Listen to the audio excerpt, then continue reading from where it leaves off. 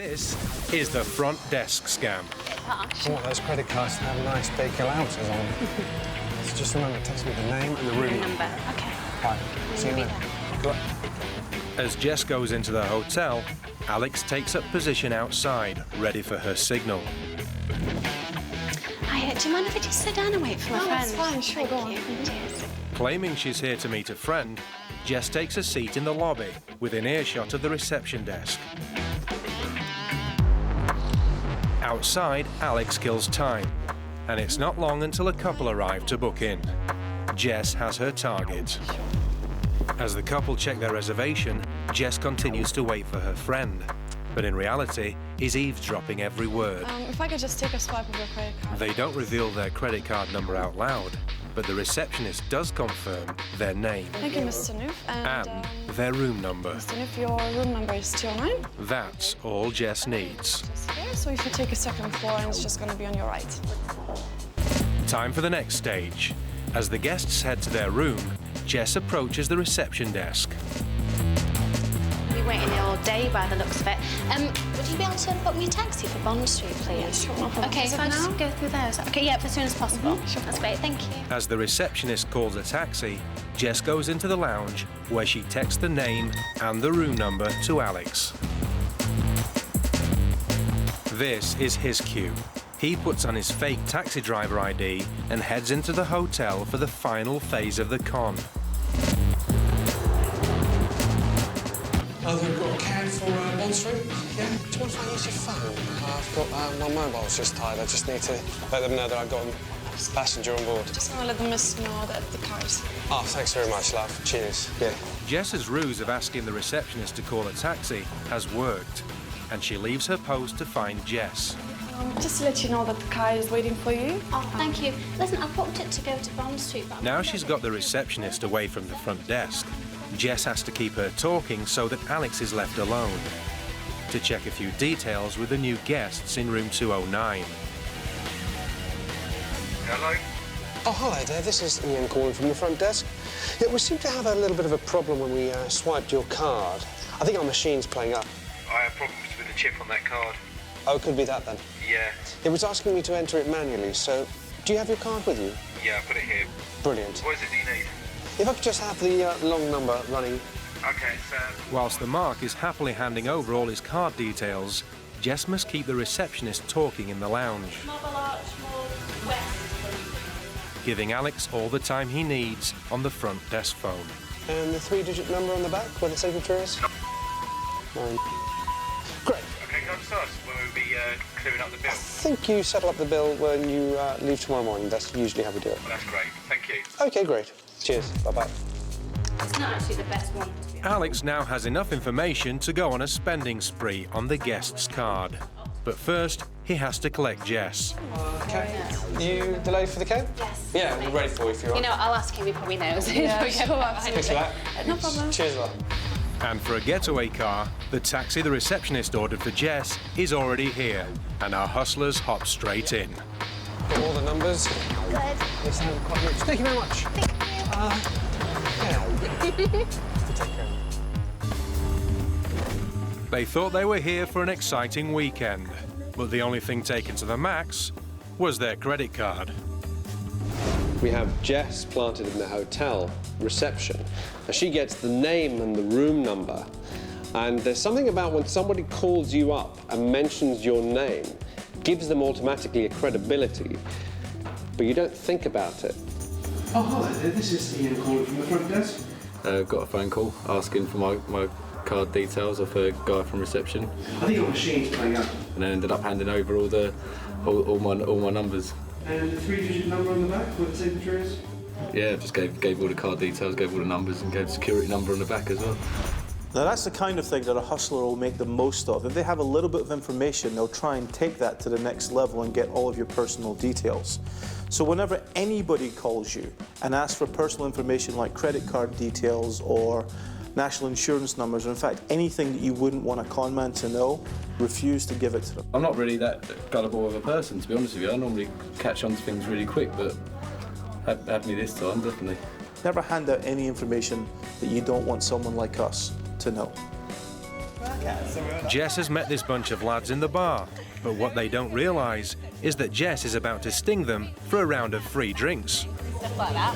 I heard that women have a better sense of balance than boys. Do you agree with that? No. You don't agree? You don't agree? That's so rude. Why not? Because they just don't. Because men are better at women than most things. No, I'm joking. That's Oh, no, it's till you said it now. In that case, I've got something to show you. If I take my driving licence, it's normal, nothing wrong with it, and place it on the end of this cup like that. How many 10-pence pieces do you think you can balance on the end before it topples over? One. One? What do you think? None. Three. You think three? On here. All right then. I'll tell you what. Well, this one's for you. However many coins you can balance on here, I bet you a round of drinks that I can balance more. So if you get three, I bet I can do four. You get one, I bet I can do two. You can't do any, but I can get one. Okay? Well, we'll shake on it first though. A round of drinks, yeah? There you go. So you do 10-pence pieces, you've got a few there, you've got confidence in you. So I have to balance them on this? Yeah. And I can't balance ones on the middle? No. And you can't touch anything. Three on the edge. No, you can't be over the rim of the glass, it has to be on the end. Oh, you couldn't even get one. Can you get one? There you go, three. Okay, well, I'm going to show you them. All I need to get is one, and then I believe you owe me a round of drinks. Oh, here we go. Ah.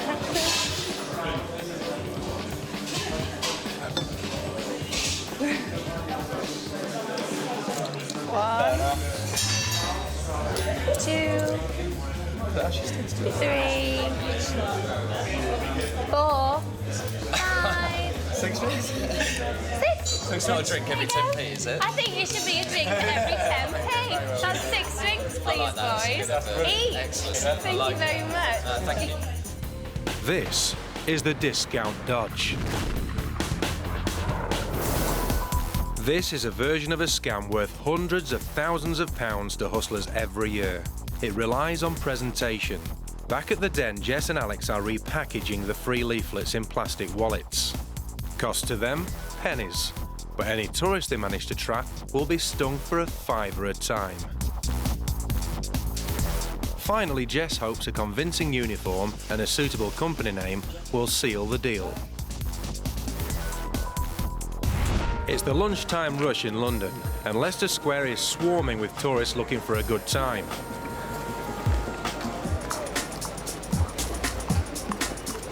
The fake uniform and signboard look credible, but Jess's company was only invented this morning, so she has to come up with some enterprising lines to convince the marks. Well, can I please tell you about something called London Lowdown? It's a tourist information pack. We've won 2 awards already. Basically, it's a pack filled with discounts and stuff to do, all the major shops, all the major theatres. Packs are £5 each, valid for a whole year. You get £150 worth of stuff in each pack, so already you're saving when you buy one. Yeah? Are you wanting one as well? Brilliant. That's an easy £10. These holidaymakers think they're saving a fortune, but in actual fact, if they walk round the corner, they could get all these leaflets and vouchers for absolutely nothing. Bye. And the tourists just keep on coming. Hello, I'm okay. How are you? Hello. Hello. How are you? And as part of the sales patter, she even throws in a sticker that she says will get them into galleries and museums for nothing. If I give you one of these stickers, that entitles you to free entry into all the major museums and art galleries as well. Okay. That's true, but she neglects to mention that they're all completely free anyway. Okay, no problem. An hour later, and Jess has already made £80. A whole year round, it's valid for a whole year. But will the ploy work as well with a cynical native? Well, basically, do you live in London? Yeah, I do. Yeah. You do? Fantastic. This called... It's the equivalent of selling ice to Eskimos. He's interested, but hasn't forked out yet. Like all good hustlers, Jess thinks on her feet and adds a lie to close the deal. It's also free entry and free drinks in all the major clubs as well, because we're basically trying to get... To those, because I'm a clubbing guy. Oh, really? Yes, I am. Things like China Whites, Pangea, Tantra. We actually work with all those sort of people because we're just trying to get more Londoners coming into the club. When the luckless Londoner tries to get into China Whites for free, he'll find the door staff very unhelpful. That's another £5 in Jess's pocket. Thank you very much. By the end of lunch, Jess has pocketed nearly £100. But time is up. She now has to cut and run before anyone realises they have just been sold a bunch of lies. Seriously? So there's everything inside here you can just pick up for free and okay. It's all for free. And we paid £5. I'm just totally disgusted. I'm totally conned. Well, I also got this badge here, and just said that I get free entry into places and stuff and money off. They're free to get into anyway. Okay, I've been totally had. I want to go home. I want to find a bar. Always be wary when you're buying information. If you see somebody in the street with information, why are they charging for it? Find out who they are, how much are they charging for it, what are you getting? You should also consider that this has been played on a much grander scale. For instance, on the internet, people are often paying for information that simply by searching Google, Yahoo and other search engines, they could have got for nothing. And in infomercials, people will repackage books that you can buy for a couple of pounds for as much as over £100. So this kind of scam is everywhere. This is the bogus barmaid. The disguise is simple. Jess slips into a black outfit which will easily pass as a bartender's uniform. Back in the pub, Jess needs one more convincing prop to make people think she works there. And there's nothing better than a couple of empty pint pots. In case anything goes wrong, she checks her escape route through the side door of the pub before she heads upstairs for her first hit. The bogus barmaid scam has begun, and the clock is ticking. The hustle is simple, but requires bravado, and lots of it. Hi, sorry to interrupt the conversation. I just wondered if you could just help us out. We're running a bit low on the till float downstairs and upstairs. You don't have 2 10s for 20, do you, by any chance? No. Or 2 5s for a 10? Or... Believing she really does need change for the bar, they hand over 2 10s thinking they're going to get the money back. Change the float and the till. That's lovely. Okay. And that's another tenner, a quick £30. The marks have no idea they've just been hustled. Jess makes her way downstairs, pocketing the cash as she goes. But instead of going to the bar, she quickly targets some more punters and gives them the same spiel, asking for change for the till. Hi, sorry to interrupt you all. I just wondered if you could just help us out a bit. We're running a bit low in cash in both of the tills upstairs and downstairs. Just wondering if you had 2 10s for 20. Or we'll get you a free round of drinks and everything to help us out. It'd be really, really good. Anything that you've got, we're really, really struggling right now because we're quite busy. Wanting to help the changeless barmaid, the marks start counting their cash. That you've got. That's great, thank you. That's 20, and another 20, and 2 50s. The marks are practically throwing their money at her. Incredibly, that's £140 from one table, making a total of £170 scammed so far. Jess has done well, but it's only a matter of time till someone realises that she doesn't work there, so she starts to make her escape. But on the way, she decides to go for one more hit. This is risky. I'm really sorry to interrupt you. We're running a bit low with 5s and 10s in both tills. You don't have 2 5s for 10, do you, by any chance? 5. That's brilliant. Thank you ever so much. That's great. Another £5. That's her cab fare home sorted.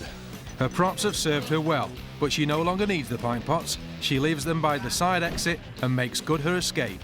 She's pocketed £175 for just over 2 minutes' work. Not bad for a bar job. As Jess heads out for the night, we return to the bar to blow her cover. I gave her 2 £10 notes, Sean gave her 2 £10 notes, and another friend of ours gave 2 £50 notes. She said, I'll bring you a round of drinks and bring your change back to you. We had £5 in coins, and we just gave it to her. And she said, I'm coming back. If you want some drinks or something, I'll come back and you just tell me. If you're on the street, you'd probably say no, but because she was like collecting glasses, I just assumed she worked here, so. Very convincing. She looked really someone who works in the bar. And we're all sitting there going, oh, I wonder if she's going to do the runner. Nah, she's a bartender. Thanks ever so much, really appreciate it. One of my friends said, well, she's been gone a few minutes. I think we've been robbed here. I think it'll be a bit more wary next time. Definitely. Not as trusting. If you are approached by someone posing to be a member of bar staff, don't hand over the money there and then.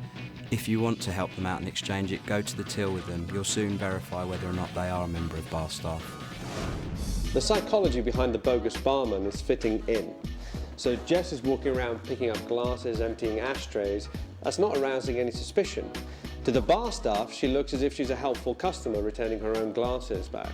To the people who are just having a drink there, she looks like she's working there. Also, you have the people who are there, the marks. They're drinking, they're a little bit more relaxed, they're not as alert as they might be. Just use your common sense. If someone comes up to you and says, "Can I have some money?" no matter what the reason is, think twice. This is the text message trap. Posing as a lost tourist, Jess soon finds a victim. Excuse me. Hi, sorry to bother you. I was wondering if you could help me, please. I'm a little bit lost. I'm meant to be meeting my sister here somewhere, and I can't remember where she said. My phone's completely run out of battery. I don't suppose I could borrow your phone to send a quick text, could I? Yeah, just to send her a quick text so she can call me. Yeah. But Jess doesn't want him looking over her shoulder. Do you know what the name of the street is by any chance? The street, I think this is... She has successfully diverted the mark's attention, And where's the nearest tube station, do you know? so she can send the text without him seeing exactly what she's doing. Thank you ever so much. I really appreciate it. Bye. Have a nice day. The mark leaves thinking he's done a good deed and suspecting nothing. It's a lot of trouble to go to send a text, but soon it'll be making her a lot of money. In no time, Jess has another phone. Thank you ever so much for this anyway. I've just been waiting here for so long. I must have really not got my phone. That's great. I'm done. Thank you ever so much. I really appreciate it. Thank you. Bye. This woman joins the growing list of victims. But victims of what?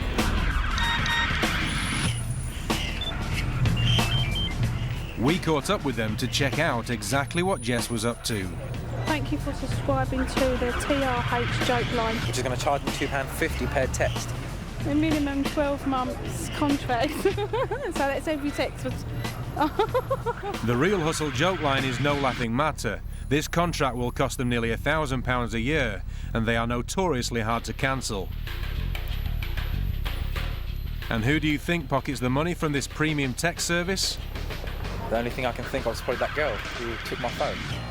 She must have done something or sent a text message or something. Just been done. Oh no.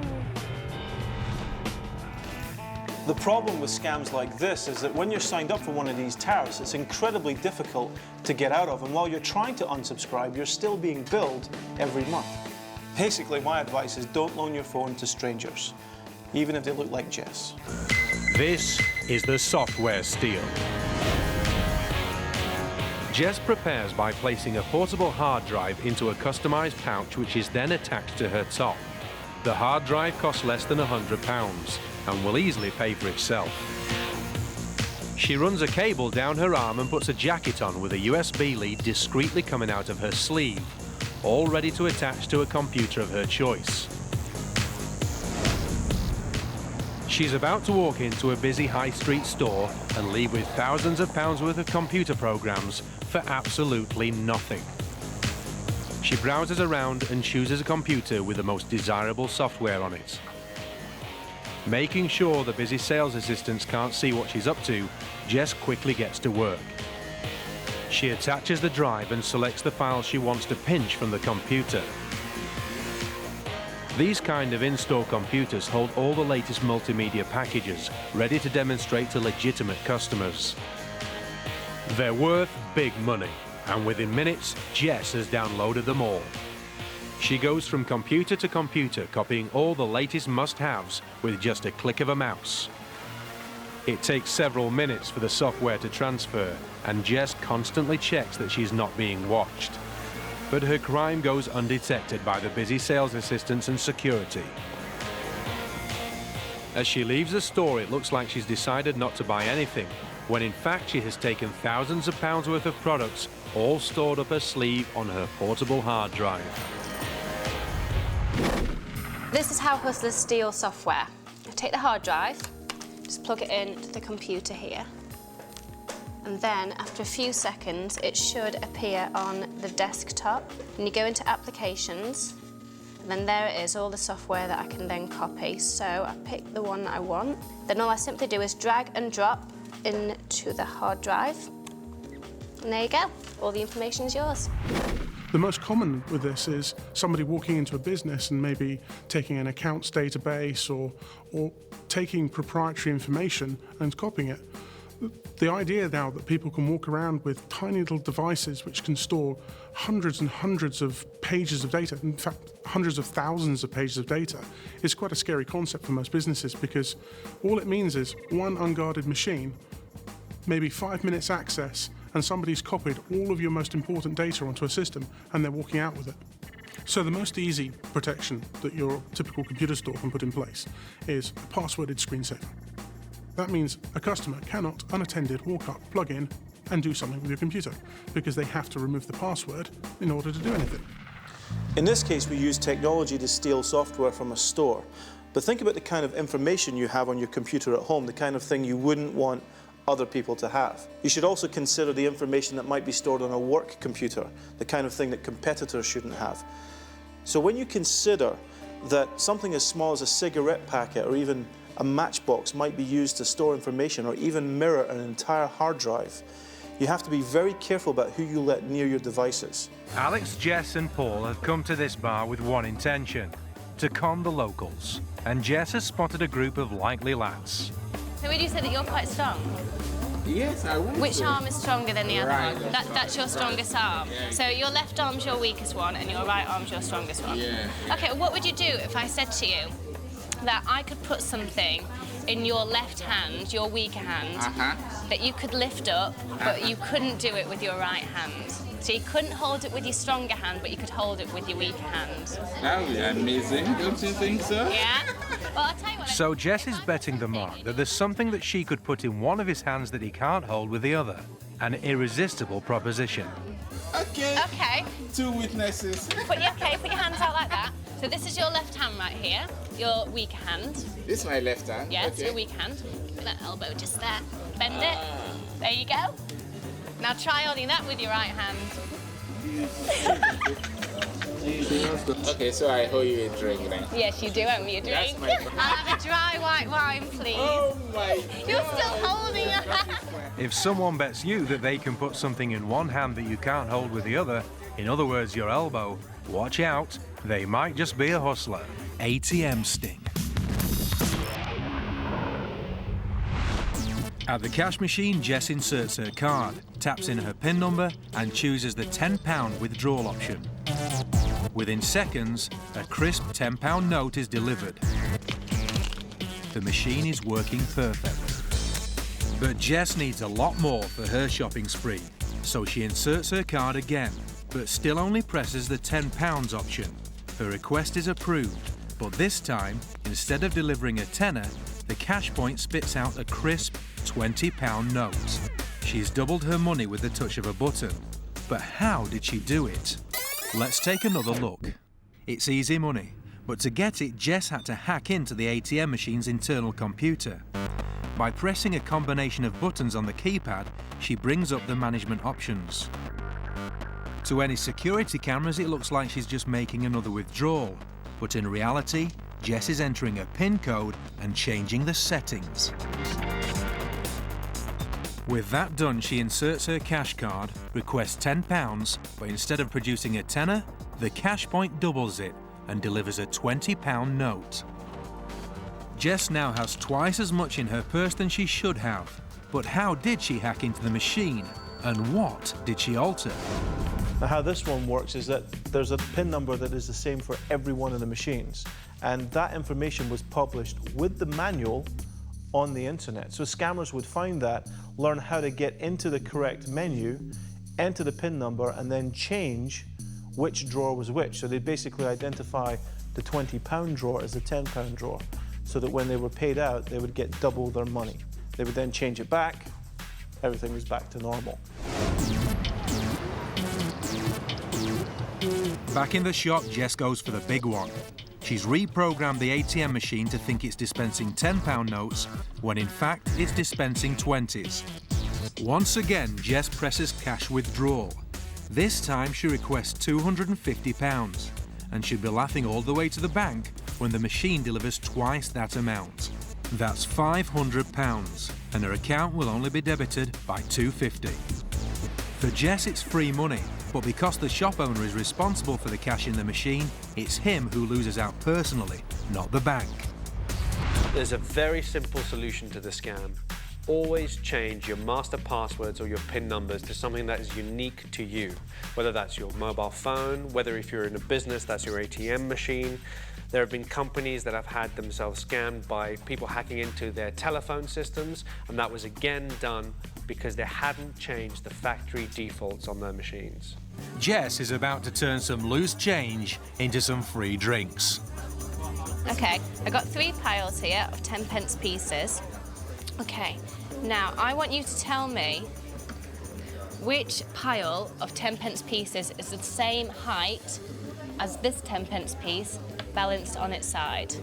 Now, if you can guess the right one, then I will buy you a drink. If you can't, then you can buy me a drink. Okay. Yeah? So okay. can I get 3 drinks from us if we can't? That's right. Oh my God. We have to pick one out. Right, you've got 10 seconds. You can't move the pile of coins. You can't touch them. Ready? Go. So, which stack of coins is the same height as a 10p piece stood on its edge? It looks easy, but is it? Middle one? You think the middle? Which one do you think? Oh, it's this one. That one? Yep. Okay. Right, I'm going to take this 10p piece. I'll show you. It's not that one. That one's too small. Oh my God. Oh, it's not that one. Oh that one's too small. God. It's actually the highest one there. It's an optical illusion which tricks your mind into thinking the stacks are taller than they are, earning Jess a round of free drinks. There you go, look, see? So I think I'm going to be drunk soon because you owe me a drink each, and I've already got one of you. Basically, we've got 6 shot glasses here, 3 full, 3 empty. Now, if I move 4 of the glasses like that, as you can see now, all 6 shot glasses are like alternating there, empty, full, empty, full, empty, full. I can also do that just by moving 2 shot glasses, see? So they're now alternating again, empty, full, empty, full, empty, full. But there is a way that you can alternate them just by moving 1 shot glass. If you can move 1 shot glass and alternate all 6 shot glasses, I will buy you a drink. You can do it. Off you go. I can only touch 1 glass. You can only move 1 glass. Just 1 glass. You can't push any others out the way either.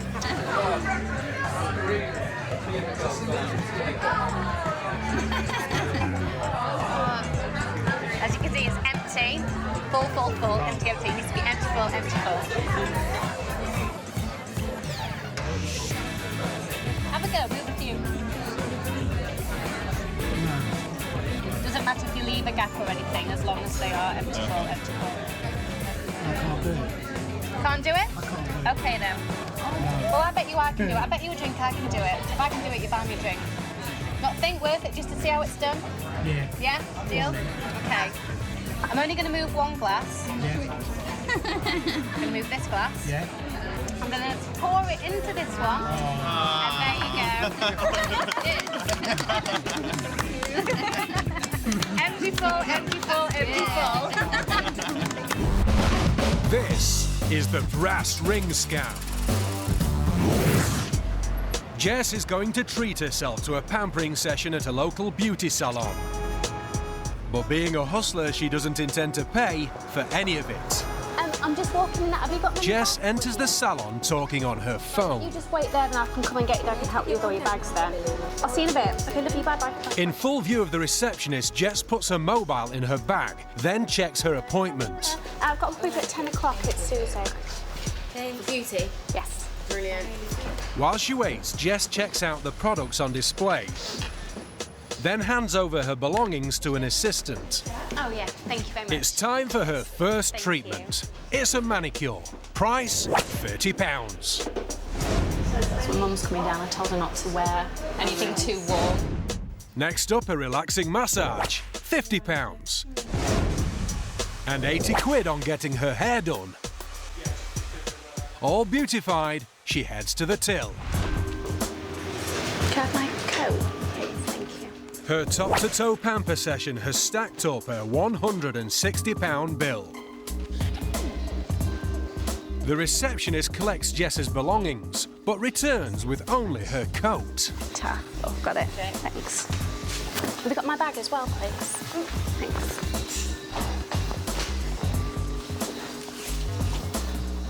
There's a problem. Jess's bag has gone missing. So what colour was your bag? It was a little black one. Yeah. Had a little zip on the front.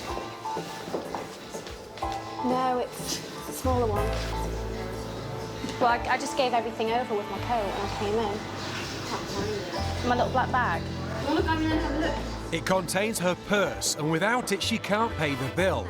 Worried by its disappearance, she helps the assistant search. I've got all my cards in there. Can you have a look behind the counter? It's nowhere to be seen, and even the manager joins in. I had my phone and everything, and I came in with my phone this morning. Do you want to look at yourself? I've just been in and had a look. Look, I've got to go and meet my mum at the station. I'm late. I've got to find her 15 minutes ago. She's got cash in her. Can I go and then come back? Can you keep on looking for it, though? If I give my ring, I'll let you keep that, because I need to come back for that. Leaving her gold ring behind as security, Jess promises to return with the £160 in cash. Cash and everything. Can you keep on having a look? Is that okay? All right. Okay, thank you. But on closer inspection, the ring's not all it seems.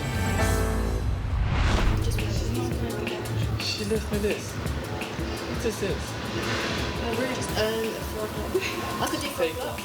So how did the black bag she walked in with suddenly disappear? Jess clearly had the bag when she arrived at the salon, but not for long. Out of sight of the receptionist, she slipped the bag into a secret lining in her coat, which she then handed in to an assistant. Thank you very much. Yes. After the pampering session, Jess collects her belongings and the bag has vanished. I don't know, I just came in, I just gave my coat and everything over at the same time. But in fact, it's safely tucked away within her coat. I don't know, Jess can't hang around, but to prove she's trustworthy, she leaves behind a ring as security. I'll let you keep that, because I need to come back for that. The ring is as fake as our hustler's story. Jess has no intention of returning to collect the ring or pay the bill. I don't think she'll come back. She left the ring. Why it's fake? She's gonna come back. She left the ring. Boys, can you feel it's fake? Yeah, but it's her ring. She left it. She's not gonna come, I'm sure. Yeah, this ring is just rubbish. I'll just check it into the bin.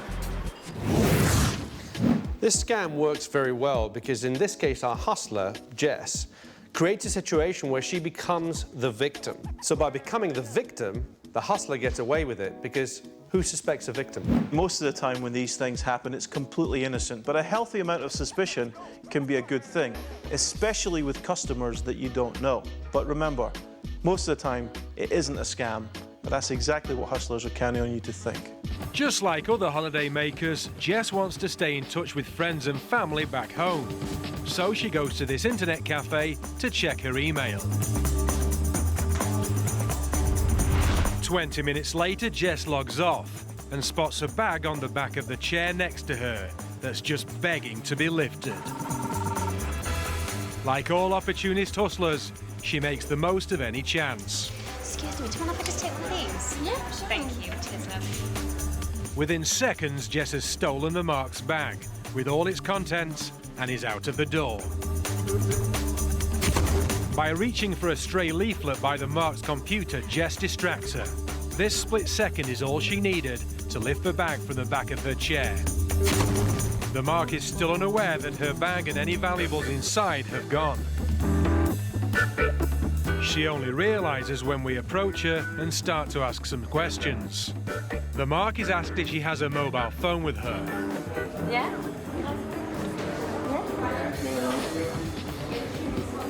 Where's my bag gone? Luckily for her, it was Jess that took her bag. If it had been a real pickpocket, her phone, passport, wallet and other belongings would be long gone. I didn't notice anything because she sat on the computer next to me, so I didn't even realise that she was like doing anything. I was just like, oh my god, what am I going to do? My bag's gone. I had everything in my bag. I had my phone, my wallet, all my money was in there.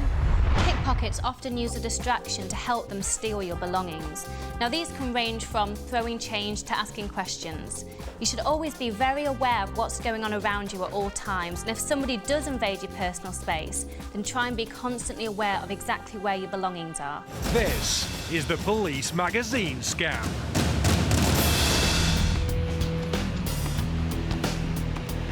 Alex and Jess have come to this busy high street to put the final touches to their scam. They need a convincer. The long arm of the law should do it. They're pounding the beat, but they're not here to fight crime, they're here to hustle. And this bakery is a good place to start. Are you the manager? Yes. Hi there, my name's Tracy. This is the piece Ian Steele. I wonder if we could just chat to you for 5 minutes. Do you have some time? Yes. We haven't got you at an awkward time, have we? That's fine, it's fine. Oh, good. Busy now. Well, basically, I work in PR along with the Metropolitan Police, and we are putting together our first quarterly advertisement magazine in conjunction with the emergency services, and it's for small businesses like yourself who we feel contribute to the local community. It's our first issue. I'd just like to show you a mock-up just there. Earlier on, the hustlers designed a fake magazine complete with photos and convincing articles, all lifted from the internet. Their intention is to sell advertising space at a special cut-down price. We go to print tomorrow. This is our very first issue. Jess immediately pressures the mark by setting a deadline for printing. But the reason why we're here today is because one of our contributors has had to pull out at the last minute, leaving us with an empty advertisement space. We usually charge £450 for half-page spread, but we'd like to offer it to you for £150, which is actually the price of one of our smaller spaces. The quarter one. The quarter one is just here. Sounds like a good deal, but there's a problem. To be honest with you, we don't depend on any publicity to sell whatever, because we haven't had any publicity till now. The manager doesn't need to advertise her business, it's already booming. The whole scam's now in jeopardy.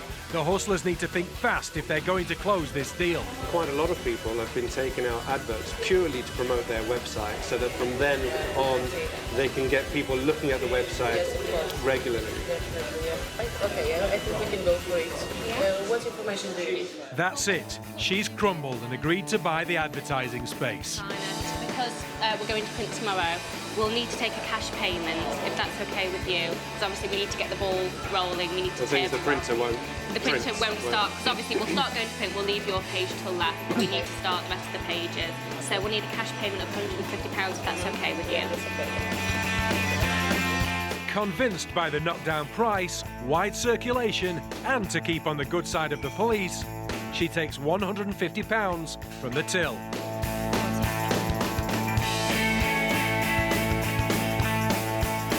That's all my contact details on the front. And hands it over to Jess. That's my police number.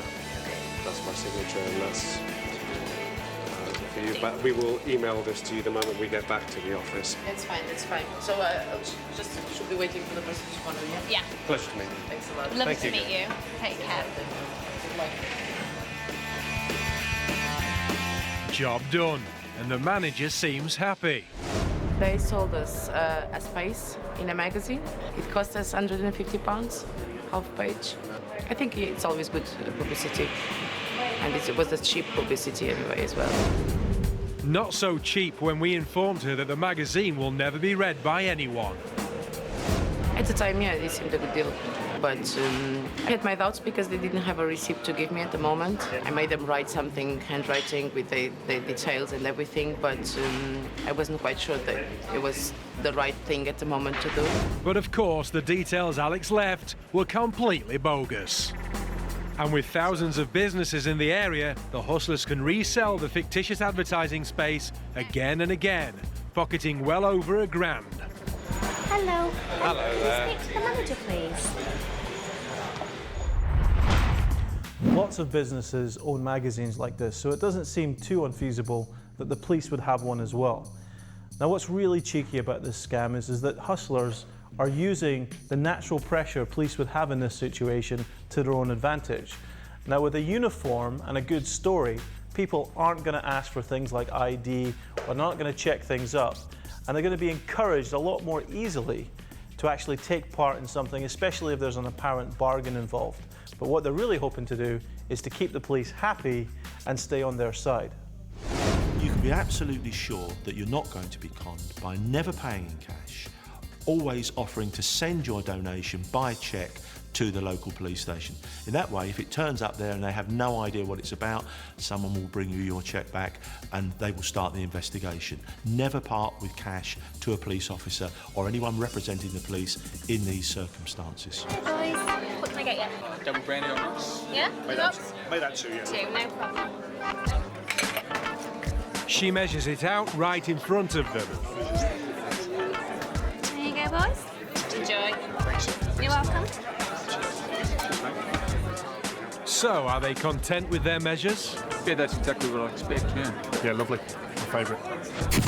When you order spirits, bar staff will usually use one of these. Now, it's a metal measuring cup, but if the bar's trying to scam you, they might use one of these. Now, they look identical, but in this one, there's 3 metal discs glued to the bottom, which take up space. So, when you think you're getting a double, First, a proper double measure. like that, you're actually only getting a single, Then Jess's doctored measure. as you can see. That's a 40% difference, and all thanks to a couple of washers glued in the bottom. This is the cash machine con.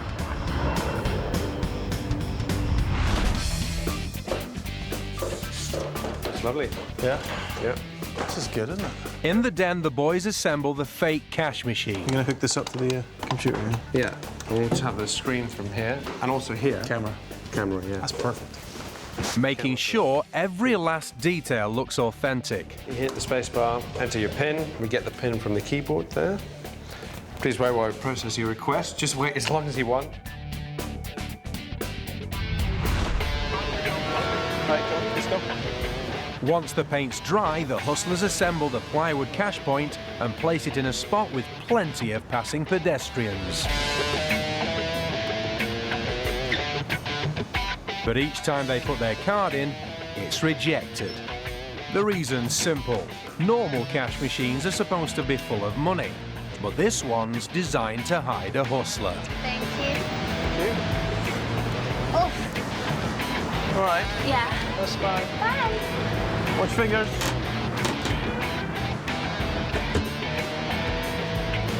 Inside the cramped box, Jess has the laptop which controls the display screen of the cash machine and a magnetic card reader able to copy bank card details. It's also equipped with a small camera to record PIN number entries. She doesn't have long to wait. It only takes a few minutes for an unsuspecting victim to approach the machine.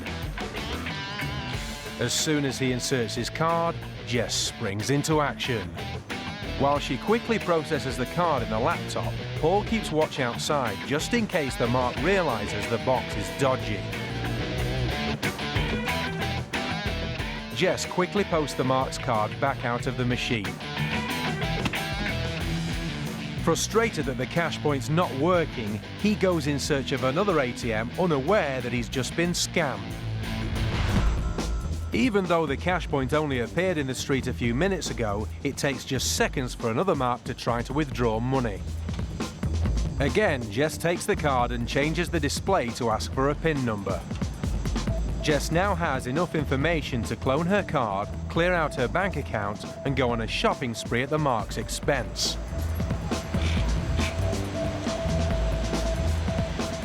Another unsatisfied customer. Ever the thoughtful accomplice, Paul makes sure Jess doesn't dehydrate in the cramped box. Oh, thank you.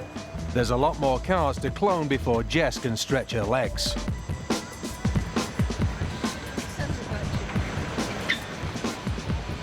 She's got her work cut out just keeping up. In a very short time, this scam can earn the hustlers tens of thousands of pounds.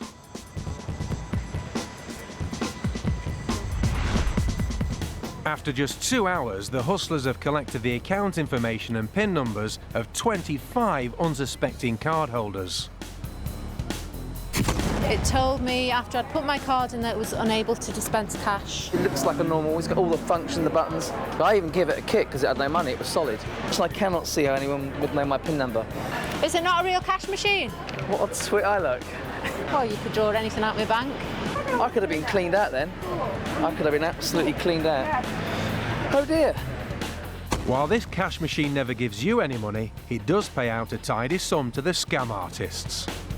And before anyone rumbles them, all they have to do is pack it up and move it to a street corner near you. You know, the cash machine that we put together was perfectly convincing. The colours matched similar machines elsewhere. You know, people just stopped, put their card in, and never even thought about it twice. They didn't look at the branding even. They just saw a machine that said it was going to give them cash. You know, the funny thing is, when people were walking up to us as we were setting up, they wanted to use the cash machine. And we were saying, sorry, mate, we'll be ready in about 10 minutes. I'll come right back then. You know, even when they saw the camera crew, they saw us setting up, they saw us putting somebody inside the box. And how comfortable was it, Jess? Started to get slightly uncomfortable after a while. This is the rock band Steel. Summertime at the British seaside. It's blowing a gale, the beaches are empty, and the fish and chips are going untouched. But tonight, this Brighton bar is playing host to a glittering VIP charity event, and the hustlers are in charge of security. They arrive in good time and take their positions. Paul and Alex, dressed as security, wait by the loading bay. And Jess goes inside. It's a very exclusive gig, not least because there's only one band on the lineup, and they were booked by the hustlers. Earlier in the week, Jess surfed the net for an up-and-coming band. Hiya, I've just got your number from your music webpage on the internet, and basically my boss has been listening to some of your music, and he thinks you're absolutely brilliant. Playing to their ego, she invites them to a very special gig. It's going to be really, really big. There's going to be loads of celebs there. And of course, they jump at the chance. You will? Oh, that's brilliant. That's great, thank you, bye. Park over there. The band have been instructed to turn up at the venue with all their equipment. What band name? Blunt. Okay. We've got a band here, Blunt. They have arrived. Because of the very important people attending, it's vital that they're met by security staff before the sound check. Just need you to take all your equipment out of the van and onto this pavement right here. To put it right there behind that wall. I'm afraid that's going to have to go through security as well. Everything must be X-rayed, and the stroppy security guards take their job very seriously. Lights, explosions, nothing like that, no? Good. The band's kit's all unloaded. Now the hustlers have to separate them from it. Susie, would you like to come and pick up a band? They're Blunt, they have arrived for you. We're going to hold them at stage door. Okay, that's great, I'm coming now. The event organiser will be here with you in a minute. She'll take you through. And then when you do your sound check, everything will be there waiting for you. Yeah. Hi guys, you're Blunt, yeah? Excellent, brilliant. Do you want to come with me then, guys? You're going to get all your equipment back again. What they'll do is they'll set it all up for you. But what I'll do is I'll show you the whole space and everything where you're going to be performing in a bit. I need to wait to get everyone together first. It's going to be a bit of a late one tonight, I'm afraid. Is that all right with you, lot? Yeah? Good.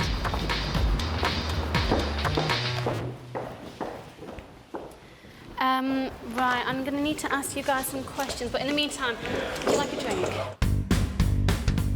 And while the band are enjoying a pint, Alex and Paul stop being security and start being roadies. But instead of loading guitars, amps and drums into the venue, they shift them into the hustle van. Inside, Jess keeps the band occupied by running through some paperwork. Right, can I write down everything that you do at the band, please, just for our records? In less than 10 minutes, they've loaded over £3,000 worth of kit into their van. Now they need to get Jess out of there without the band suspecting anything's wrong. Could you step outside, please? The other band is here. That's her cue. Right, I was going to go get the other band. You guys just hang 5 in a minute. Okay. She makes her excuses and goes outside. As soon as she's clear, she jumps in the van. and the hustlers simply drive away, having stolen all of the band's equipment. 30 minutes later, Jess still hasn't returned, and Blunt start to get suspicious. One of the band members goes outside to investigate. He can't see Jess, and there are no other bands in sight, and they're definitely not inside. Starting to panic, he goes to check the loading bay.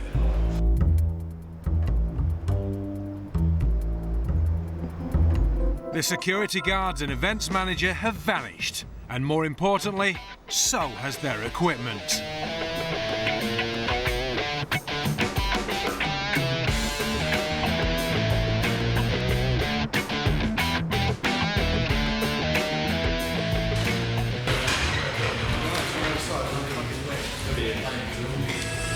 And when he checks at the bar, the landlord has no idea about any gig, VIP or not. To be blunt, they've been shafted.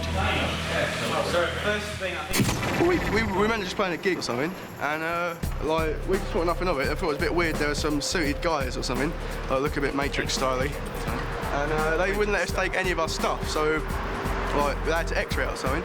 So we thought, oh, it just might be a weird security measure. No one else got a clue. There's a club night going on or something. I've lost probably my favouriteest guitar I've ever had in my life. My whole drum kit's brand new drum kit just gone. About 500 quid worth of bass and another 250 worth of amp, really. Well, pretty f***ed to be honest, excuse my language, but Made-up events are a really effective way of separating someone from their valuable equipment. Always check every detail of a gig or an event before taking part. At the very least, you have to call the venue to make sure something is actually happening. Obviously, you should never allow yourself to be separated from your valuable equipment. If you do, you might lose the lot. This is the Raver Rip-Off. Ibiza is the club capital of the world. The beachside bars of San Antonio are the place to hang out before going out. Jess is on the strip selling tickets for Es Paradis, one of Ibiza's best-known clubs, and she's offering a great deal. Hi guys, how you doing? Okay, you're here on your holiday? Yep. Oh, lovely. Have you been to Es Paradis yet? Can I offer you half-price tickets? We're selling? Well, I love half-price. Really? Would you like some half-price tickets to get? And you get a free drink up on entry as well. Yeah. And you get queue jump too. They're €10 each. So can I put you down for 3? I like that. Yeah. Yeah? Lovely. It's a bargain, and as any good salesperson knows, a spot of flirting's always wise. Are you all here with your girlfriends? Well, boyfriends. Boyfriends? Honestly? Well, in most cases. But Jess still manages to bag 3 sales at €10 each. That's great, thank you. That's 10, that's wicked. They're your tickets. And the night's still young. There's plenty of time to flog more tickets.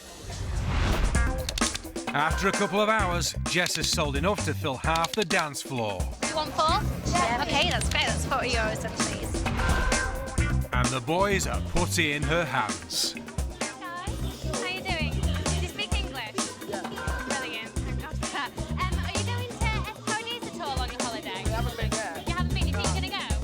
This little club just up the road. It's really, really good. Well, I've got some half-price tickets here. I'm selling them for €10. And you also get a fast-track entrance as well. And a drink upon entry. And usually the drink's about €10 each anyway. So you're saving quite a lot of money. So if you're interested, the €10 each. Yeah? Cool. Get loud in here. That's another €30 to Jess. Thanks, guys. Enjoy your night. See you later.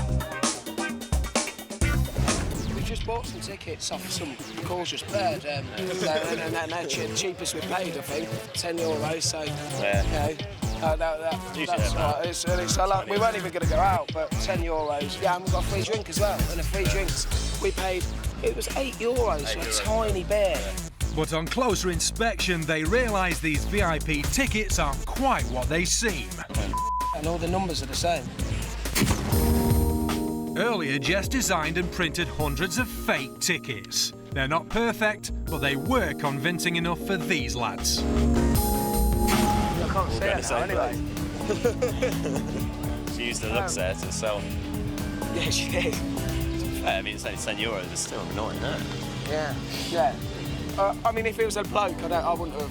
I don't know. I think it's because I think shit. She did use a I lot. mean, we were like all a bit overwhelmed by her. I think that's. I feel like a mug. So, for the unlucky clubbers who bought Jess's tickets when they turn up later expecting to get straight in, the bouncers are unimpressed and they have to queue up and pay full price, just like everybody else. Being hustled is not a great start to a night out. It's really easy to fall for a scam like this, especially when you're abroad and you don't have any local knowledge. But the key thing is that this is entirely believable. It fits into actual legitimate voucher schemes that are happening in the area. So even if you've been there for a couple of days, you should recognise the concept. But best of all, from the hustler's point of view, you don't find out that you got scammed until you're in the line waiting to go in and someone tells you you have to pay full price. If you're going to buy tickets for an event or a club, then try to buy them from the official sources. Don't buy them from people who just approach you on the street. Otherwise, you could be setting yourself up for a bit of a disappointment. Shop phone call scam. For this scam, Jess has to do some groundwork. She browses the internet for a small independent shop. Then she gives them a quick call. Hi, can I speak to the manager, please? They're not in. Right, OK, would you be able to tell me what days they're going to be in next week? Because I'm wanting to pop in and have a chat. She finds out when the boss is going to be in store. And more importantly... every day apart from Wednesday. When he's not. OK, that's great. Thanks ever so much. Bye. It's Wednesday, and Jess arrives at the store with a package for the boss, knowing full well that he's not there to receive it. Hi, hello. Are you Bob Darkins? I'm not. I work for Bob. Oh, right. Is he around? Do you Not at know? the moment, he's not. No, is he due back within the next few minutes, do you know? She's gone home at the moment. I don't Really? know. I've got a package for him. I need to leave it with him, or do you think, would you be able to call him? Intent on making the delivery, Jess persuades the assistant to call the shop owner.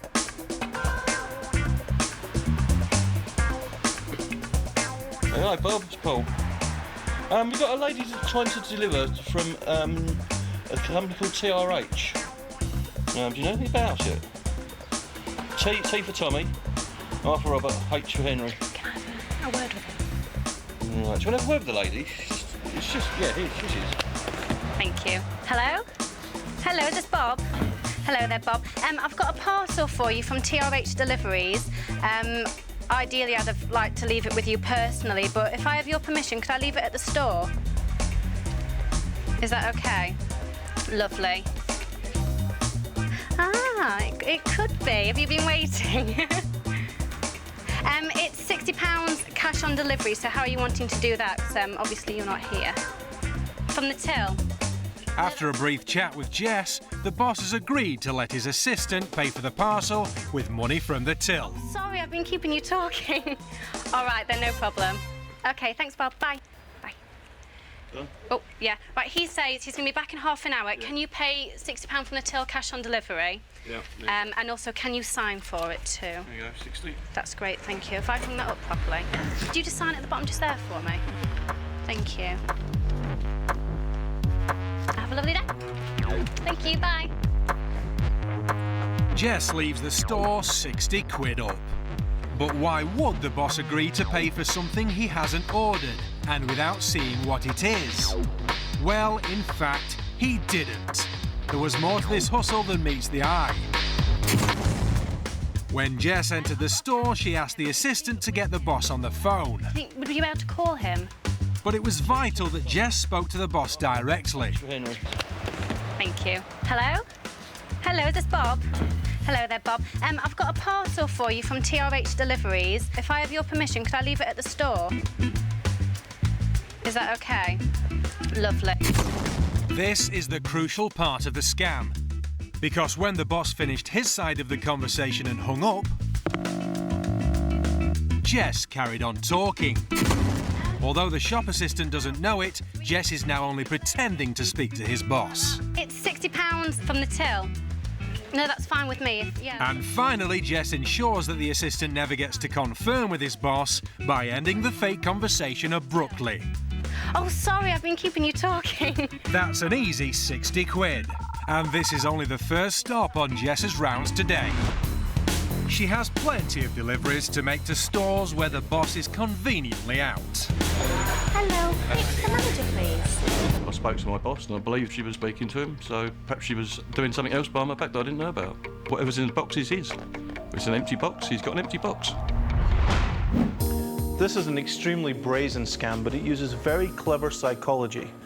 The first thing is Jess asks the staff to call the manager themselves, so they know absolutely that's who Jess is calling.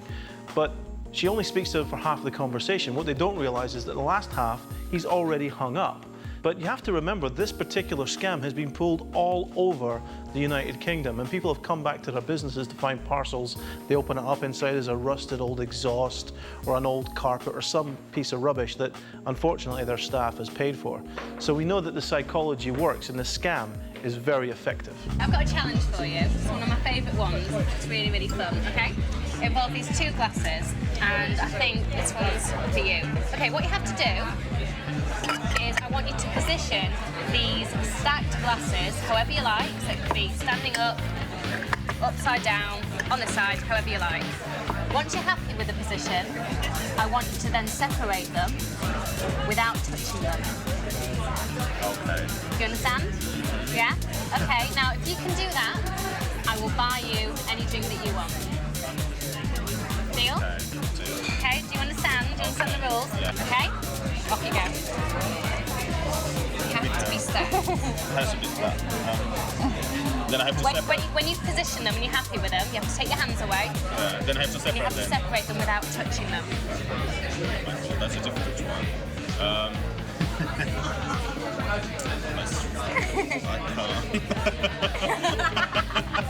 I can't. You don't want to let go of them.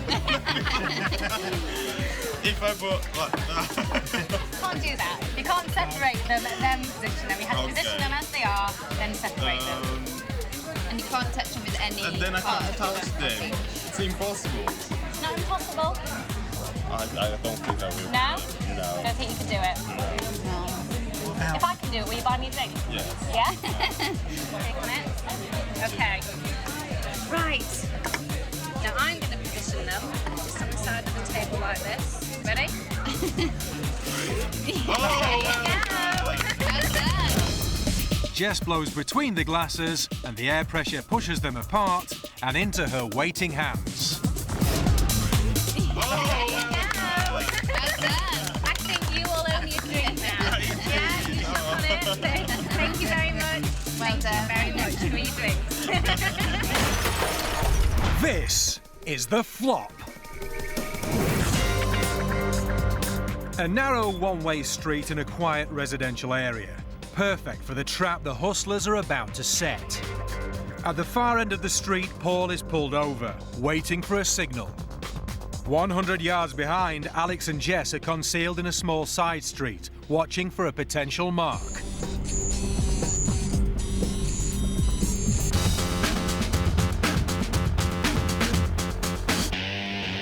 White van. Bingo. As it passes his position, Paul, white van coming your way, get into position. Alex signals Paul. All right, pulling out now. Who blocks the road, stopping the van.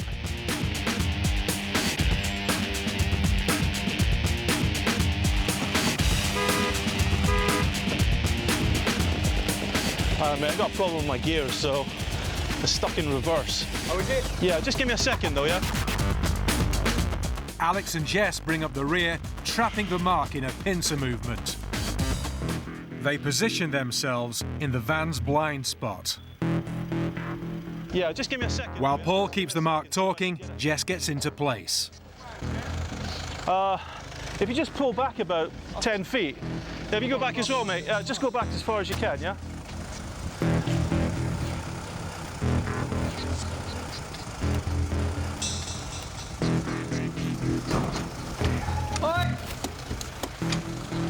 Paul distracts the mark, allowing Alex to signal Jess. Did you see what you've done there? Oh, are you all right? You okay? Mate, you're a girl. Hey, get out of the car.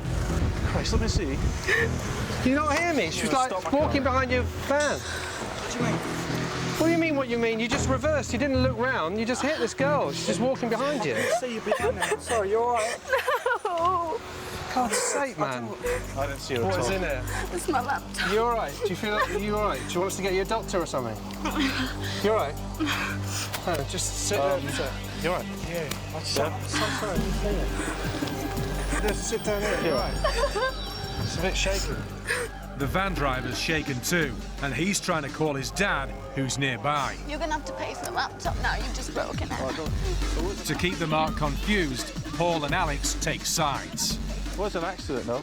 Do you live here, mate? No, I don't. I'm just delivering. Oh, no. Here. I didn't even see her there. Calm down. All right, you stay there. Could you look after her for a minute?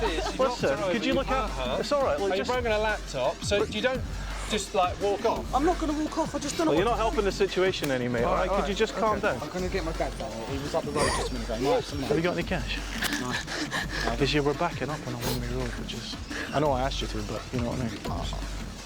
I haven't got any tissues here for you, love. You better do something, because either we call the police or... Well, I don't know what to do. What would you...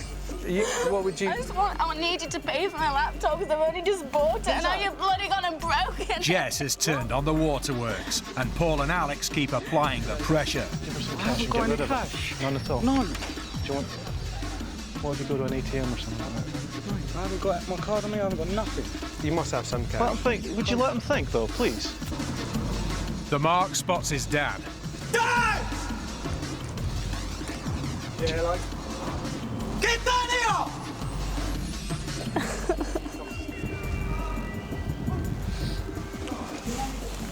You all right? You all right? Well, yeah, I'm his dad. I'm just... Yeah, I asked him to back up a little bit, and he hit this girl. Crossing the road, you just hit her. The laptop went underneath the wheel. She's like, look at that. Do you know what I mean? I think we should call the police. But he couldn't see her, mate, OK? Yeah, but I was standing right there, and he couldn't see her. You're not supposed to bloody reverse on her like this, though, are you? I'm really worried, because this girl's getting really upset, and she's got a little craze. All she wants is... If you just give her some money for a laptop, we can all go.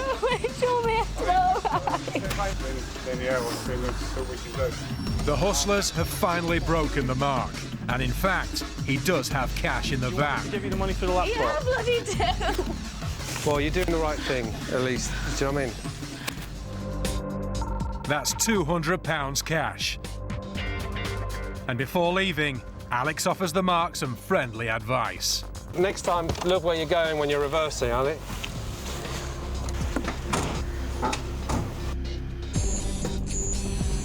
Once I was reversing down a one-way street, which I shouldn't have been doing anyways, but trying to get out of the way, and someone walked out behind me and fell over, grazed her heads, broke her laptop. I need you to pay for my laptop because I've only just bought it and now you've bloody gone and broken it. You must have some cash. Would you let him think, though, please? Dad! Get down here! And then she was asking for money for her laptop or something. Yeah, it made sense to give 200 quid to her, yeah. That would be fair. Saves me getting points on my licence, I suppose. Always be suspicious when someone tries to get you to hand over cash in a situation like this. At the end of the day, it's much better to call the police and get the insurance companies involved, even if you think you're in the wrong. Because if you don't, you might compromise yourself in such a way that they could take you for even more money.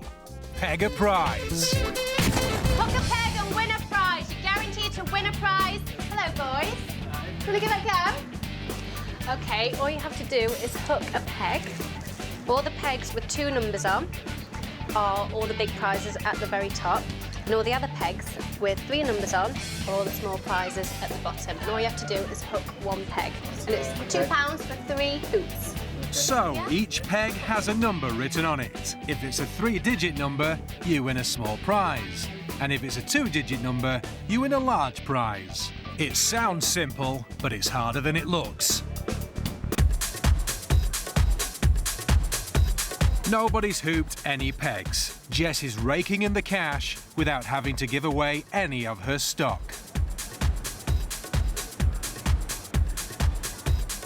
But then, the punters hit a winning streak.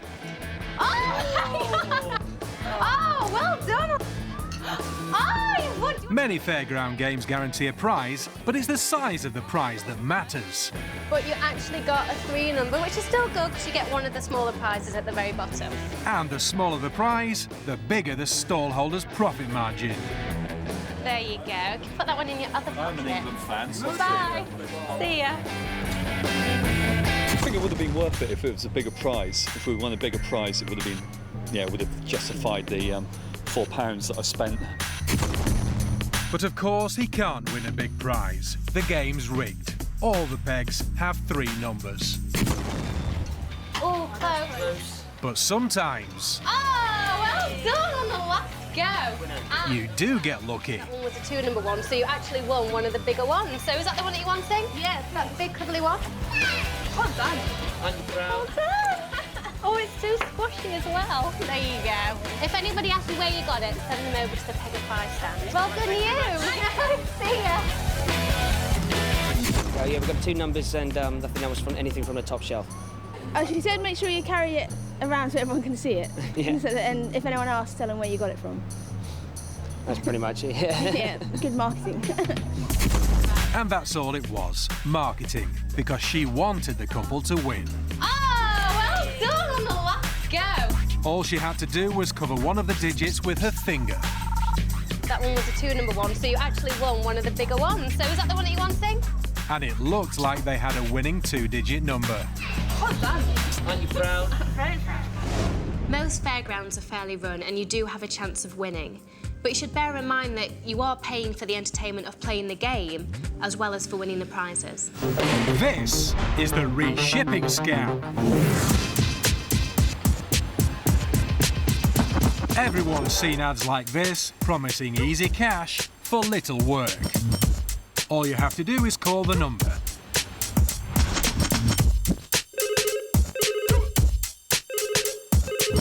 The ads are effective, and Jess takes a call from someone looking for work. Yeah, no, that's brilliant. That's great. He's told that the job's for a specialist courier company who move valuable packages on fast. What I have to do is, could you give me your details, please? And then It's explained that he will be paid £150 for collecting a parcel, repackaging it, and rendezvousing with a courier at short notice. Okay, that's great. Thank you very much. And look forward to seeing you. Okay, thank you. Bye.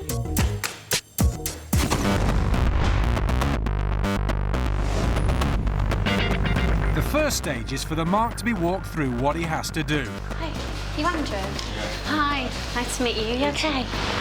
Hi, you'll be contacted a few days before you need it, and they'll let you know a time that you have to be there, but it's really, really important that you are on time. If not, then... Down the road is a mailbox centre, where the mark is told there is a post office box in his name. Right, I'm just going to show you what you have to do. It's really, really easy. Okay, you're going to have to go to box number 2 every time. I'm going to give you a key for that in a moment. There'll be a package inside there. All you need to do is take the package out, undo it, then there'll be a smaller box inside that. Throw that away. Then all you have to do is take the package, go back to the shop where you've just been now, go back to that copper shop, and then somebody's going to come and meet you there, and they're going to take the package away. Is that okay? But it's always box number 2. And there's your key. Any problems, then just give me a ring, okay? No problem. The job seems simple enough, but why would anyone need a middleman to forward packages? The mark never asks any questions, so the con artist tells no lies.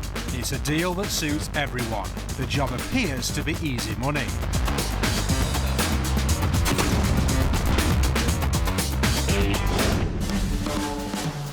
The second stage is for the mark to handle a package on his own to see if he's reliable.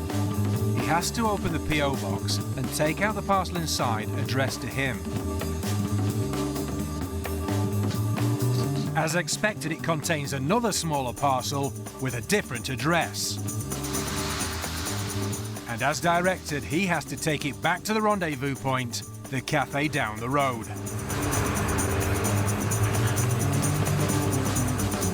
The courier arrives right on time.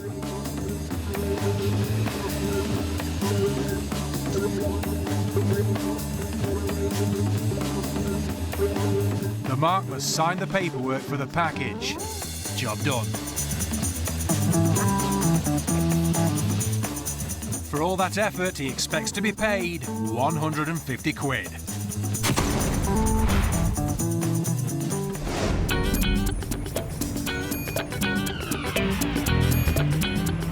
After the dry run, the mark is told that another package is waiting.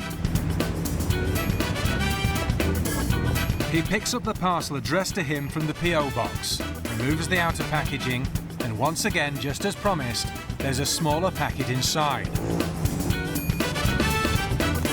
He takes it to the pickup point. He doesn't examine it or question what's inside. He's just doing exactly as he's been told. Keen to earn another £150, all he has to do is wait. But this time, our courier doesn't show. But we turned up with our cameras to ask him about his new job. I saw the number on a corner shop and I called it and it said you can earn £150. And when I saw the box, I was a bit hesitant about it. He has no idea what he's been handling, so we asked him to open the box. What is it? Powder? Potentially probably cocaine.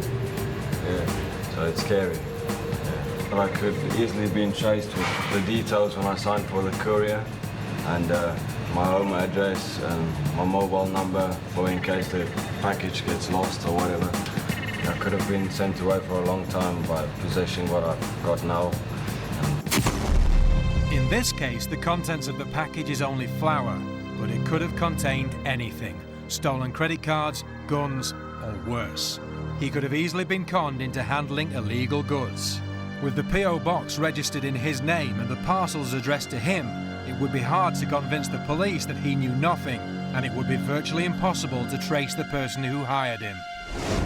If you're looking at a box that you're going to ship to somebody who you don't know, but you're not allowed to open that box, think to yourself, what could be in that box? Keep in mind that whatever is in it will get traced back to you. If you were to open these parcels, I think sometimes you'd be very surprised and very frightened. There could be stolen goods, there could be counterfeit currency, there could be drugs, there could be almost anything. I think it's very important for people to know who they're doing business with and not to react to signs on lampposts or anonymous invitations. Now, I've got a challenge for you, okay? I've got an old matchbox here. Yeah. Nothing suspicious about it, I promise. I'm going to place a 10p piece just like that. So I've made a little hole in this matchbox. I'm going to place this matchstick in just like that. I'm going to take this matchstick and just place it like that. Now, nothing's stuck down, okay? Your challenge is to remove the 10p piece without knocking over the matchstick. They have to stay touching. So what they have to do is get the 10p piece out from under the match without knocking it over. Sounds easy? Off you go. I'll come back. Round go. Bang it. Good try though. Very good try. Let me just set this back up again. Okay. So you don't think you can do it? I'll tell you what. If I can do it, how about you buy me a drink? That seems fair. That seems fair. Yeah. Okay. Shake on it. Right. Now I said you have to remove the 10p piece. Yeah. I didn't say that you couldn't use anything to help you. I've got another box of matches here. Okay, I just like these two here. Watch closely what happens when they burn. You see that match moving ever so slightly? It's moving. The other one is just short.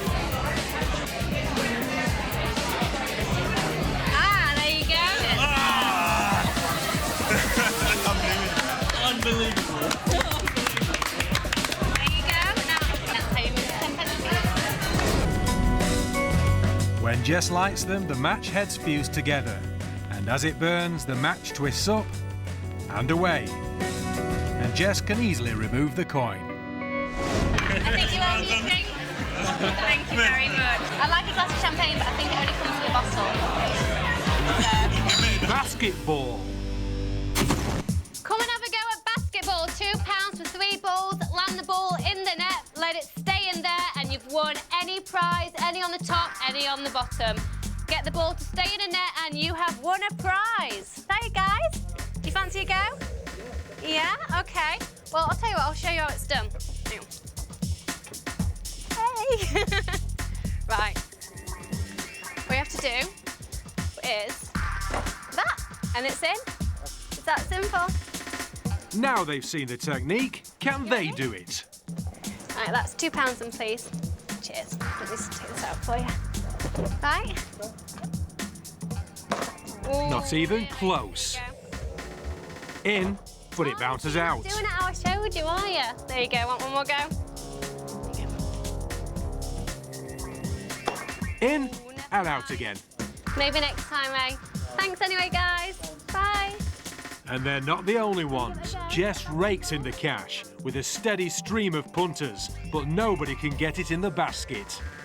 Oh, unlucky. Oh, never mind. But it can be done. Unlucky, I'm afraid. Jess can do it. That, and it's in. You see? They can't. Oh, close. Jess can do it. That, and it's in. But can they? No, they Oh, can't. unlucky, I'm afraid. Never mind. The game is trickier than it looks. The angle of the backboard means the ball just bounces straight out. We couldn't do it, it's too hard. I totally missed the basket on the first throw. Don't think you can do it. I threw it too hard and it bounced back out. It's impossible, really. I didn't get any of the balls in the hoops. It was rubbish. But Jess proved it was possible. She showed us like the way to throw it. Yeah, it shows a little way to flick it in. So how did Jess get the ball in the basket? Did the punters notice anything different? No, she got it in straight away, and I don't know how she done that because I've had a few goes, but yeah, no luck. There was one subtle difference between Jess's attempt Okay, right. It's really simple. and everybody else's.